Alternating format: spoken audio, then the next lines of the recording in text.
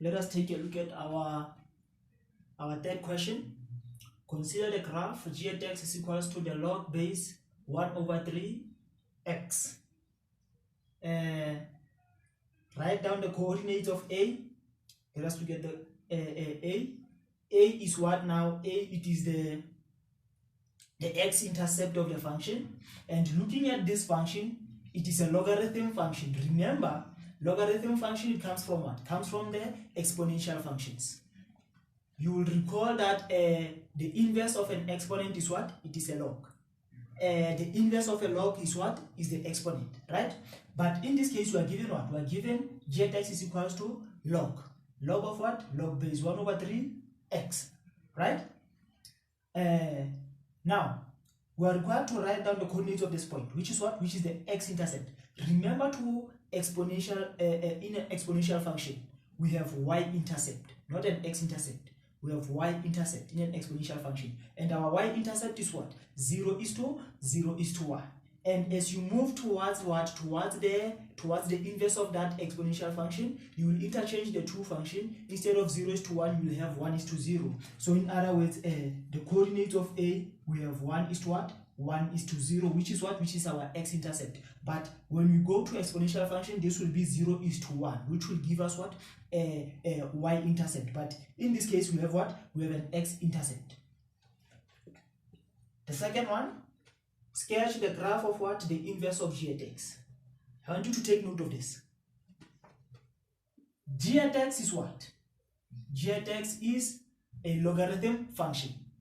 We are required to sketch the inverse of this. The inverse of this will give us what? It will give us an exponential function. Now, let us write it now. I'm going to find what? I'm going to find the equation of the inverse of this first before I can sketch it.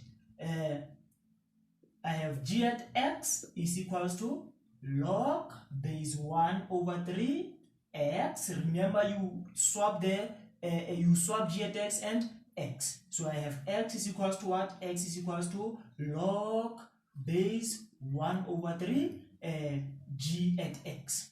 Therefore, I'm going to have what now? I'm going to have the inverse of g at x is equals to base 1 over 3 to an exponent of x. This is the inverse. This is the inverse. And you would recall that the value of b is equals to 1 over 3. What does that say to us? It says to us the value of b, it is what now? It is less than 1, but it is greater than what? It is greater than 0. What does this mean? It simply means that we are going to have a decreasing function.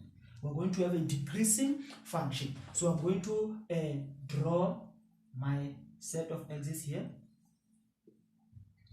I said we're going to have what? We're going to have a decreasing function. Therefore, our function will decrease from this side going to that side. It must not cross what? It must not cross your x-axis, because your x-axis will it acts as what? It acts as a horizontal asymptote.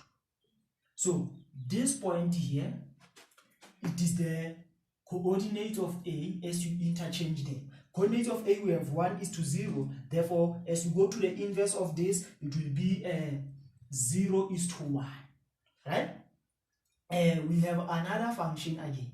We also have another function which is 1 over 9 is to 2. 1 over 9 is to 2. So as you interchange this, point P will lie somewhere there, which will be 2 is to what? 2 is to 1 over 9. 2 is to 1 over 1 over 9.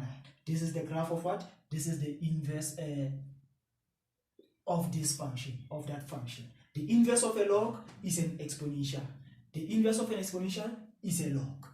Right. The last question. Write down the domain of the inverse. They want the domain of this. Now, before I can take you to the domain of this, I want you to check the domain of that as well as the range. The range of this, it ranges from minus infinity, should be a bracket, not a square bracket here, up to positive infinity. The domain of it, the domain of this one, it is from what now? It is from 0 up to positive infinity. From here, towards what? Towards positive infinity, but it ranges from minus infinity to positive infinity. Remember the domain of g at x is the range of what? Of the inverse of g at x. The range of what now? The range of g at x is the domain of what? Of the inverse of g at x. Now, the question wants us to write down the domain of the inverse of g at x. The domain of the inverse of g at x is what? Is the range of g at x itself. The range of g at x, it is this one. Therefore, it will be the domain of what? Of the inverse. Domain of the inverse is from minus infinity to what? To positive infinity. There you have it, boys and girls.